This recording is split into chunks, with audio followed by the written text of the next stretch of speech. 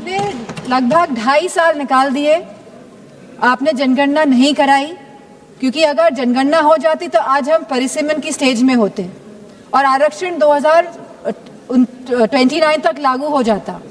लेकिन आपकी मंशा ही नहीं थी कि 2029 पे महिलाएं आए और इस सदन में बैठे। अब अचानक ये जल्दबाजी क्यों दिखा रही है 2026 में, जहां अप्रैल का महीना चल रहा है, तो लगातार जल्दबाजी क्यों दिखा रही है? सवाल इस बात पे भी होना चाहिए।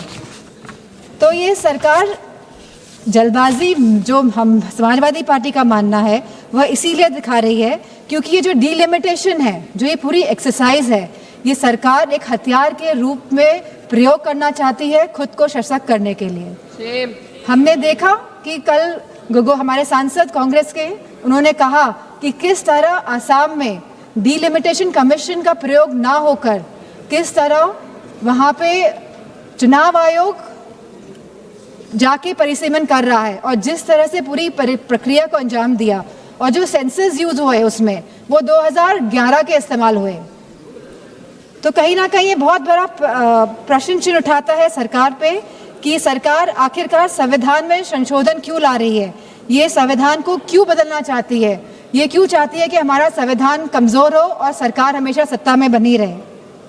हमारे संस्थापक आदरणीय श्रद्धेय नेताजी ने जब उत्तर प्रदेश में पहली बार महिला आरक्षण लागू किया पंचायती राज में, तब जहां SC/ST महिलाओं को आरक्षण मिला, वही हमारी OBC महिलाओं को भी आरक्षण मिला और हमारी जनरल कैटेगरी की महिलाओं को भी आरक्षण मिला।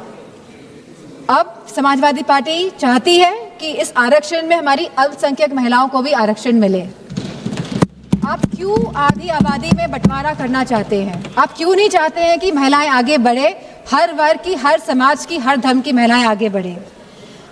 आज हमारी यह मांग है कि आप OBC महिलाओं को भी आरक्षण दें और हमारी अल्पसंख्यक महिलाओं को भी आरक्षण दें।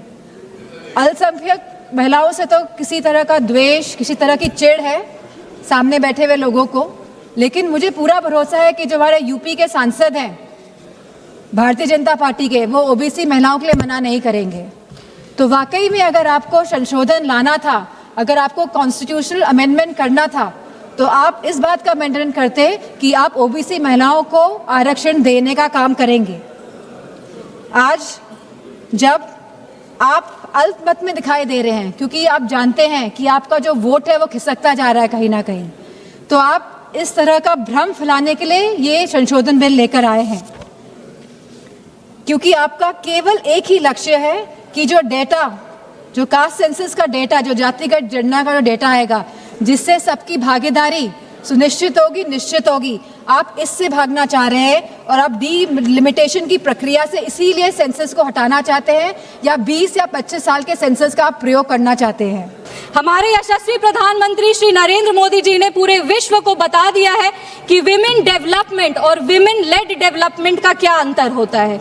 जैसा कि वो कहते हैं कि नारी सशक्तिकरण का दौर गया, अब नारी नेतृत्व की बारी है। इसी पे हम एक पंक्ति पढ़ना चाहेंगे। सदियों की इन जंजीरों का अब मिट रहा निशान है, नारी शक्ति के उदय का एक ये नया विधान है। वक्त के इस दौर में अब तेरा ही ऐलान है, मेरी प्यारी माताओं बहनों, तू ही नए भारत की नींव, तू ही इसकी शान है। महोदय, हम लोग 2 दिन पहले हमारे संविधान के निर्माता डॉक्टर बाबा साहब भीमराव अंबेडकर जी की जयंती को मनाए, और वो हमेशा कहते थे कि social justice can not be achieved without gender justice. संविधान लागू होते ही उन्होंने सबसे पहले महिलाओं को वोट करने का अधिकार दिया था, और वो 3 तरह के जस्टिस की बात करते थे, पॉलिटिकल जस्टिस, सोशल जस्टिस और इकोनॉमिक जस्टिस। ट्रिपल तलाक, बेटी बचाओ बेटी पढ़ाओ के माध्यम से हमने महिलाओं में सोशल जस्टिस को डिलीवर किया। उज्ज्वला योजना, ड्रोन दीदी, जीविका दीदी के माध्यम से हमने महिलाओं में इकोनॉमिक जस्टिस को डिलीवर किया, और आज इस आरक्षण के तहत हम महिलाओं में पॉलिटिकल जस्टिस को डिलीवर करने के लिए यहाँ खड़े हुए हैं। अब भारत को विश्व गुरु बनने से कोई नहीं रोक सकता, क्योंकि अब यहाँ पे जो नीतियों का निर्माण होगा उसमें आधी आबादी की भी उतनी ही भागीदारी होगी, और जो यहाँ पे महिलाएं होंगी वो हमारे देश का प्रतिनिधित्व करेंगी। महोदय, हम बिहार की धरती से आते हैं, बिहार की गौरवशाली धरती से आते हैं। वहाँ की महिलाओं ने अपने नेतृत्व से, अपने हुनर से पूरे विश्व में भारत का मान बढ़ाया है। वो लोकगीत गायिका शारदा सिन्हा जी हो, वो दरभंगा की भावना कंठ जी हो, वो मुजफ्फरपुर की शिवांगी सिंह जी हो, इन सब बेटियों ने बिहार के साथ साथ देश का भी मान विश्व स्तर पर बढ़ाया है। हमारे राष्ट्रीय अध्यक्ष श्री चिराग पासवान जी हमेशा अपने vision Bihar first, Bihari first की बात करते हैं और वो ये जानते हैं कि बिहार फर्स्ट और बिहारी फर्स्ट को आधी आबादी के सहयोग के बिना नहीं डिलीवर किया जा सकता। हमारी सरकार, एनडीए की सरकार, बिहार में पूरे देश में बिहार पहला राज्य था। पूर्व मुख्यमंत्री श्री नीतीश कुमार जी के नेतृत्व में बिहार ने 50% आरक्षण लागू करके महिलाओं को ग्रामीण लेवल पे विमेन लीडर्स बनाने का हक दिया। 2006 में पंचायती राज संस्थानों में 50% आरक्षण दिया। 2007 में अर्बन लोकल बॉडीज में 50% आरक्षण दिया। 2016 में सरकारी नौकरी में 35% आरक्षण दिया और ये करके महिलाओं के आत्मसम्मान को, महिलाओं के अधिकार को उन्होंने अपनी प्राथमिकता दी। आज बिहार की जीविका दीदी जो है वो देश भर की आजीविका दीदियों के लिए एक उदाहरण बनी है। लेकिन इस देश का और ये बिहार का विडंबना है कि जहां एक तरफ एनडीए ने बेटियों को, माताओं को, बहनों को आगे रखा, वहीं बिहार के विपक्ष की एक पार्टी है जिनके सांसद सरेआम सदन में इस बिल को फाड़ के टुकड़ा टुकड़ा किए थे, बेटियों के सपने को चूर चूर इसी सदन में किए थे। वो और कोई नहीं, सुरेंद्र यादव जी हैं। आज हमारे यशस्वी प्रधानमंत्री श्री नरेंद्र मोदी जी की विजनरी लीडरशिप, उन्होंने जो विजनरी लीडरशिप दिखाई है वो इस देश की माँ, बेटियों और बहनों के लिए एक नए युग की शुरुआत है। उन्होंने सिर्फ आरक्षण ही नहीं दिया, उन्होंने संरक्षण, सम्मान और सशक्त नेतृत्व का भी अधिकार दिया। विपक्ष भले ही एक महिला प्रधानमंत्री बनाए, लेकिन इस देश का दुर्भाग्य है कि उस महिला प्रधानमंत्री ने महिलाओं के लिए कुछ नहीं किया। 1984 में ब्रूट मेजॉरिटी के बावजूद वो इस विधेयक को पारित नहीं कर पाए।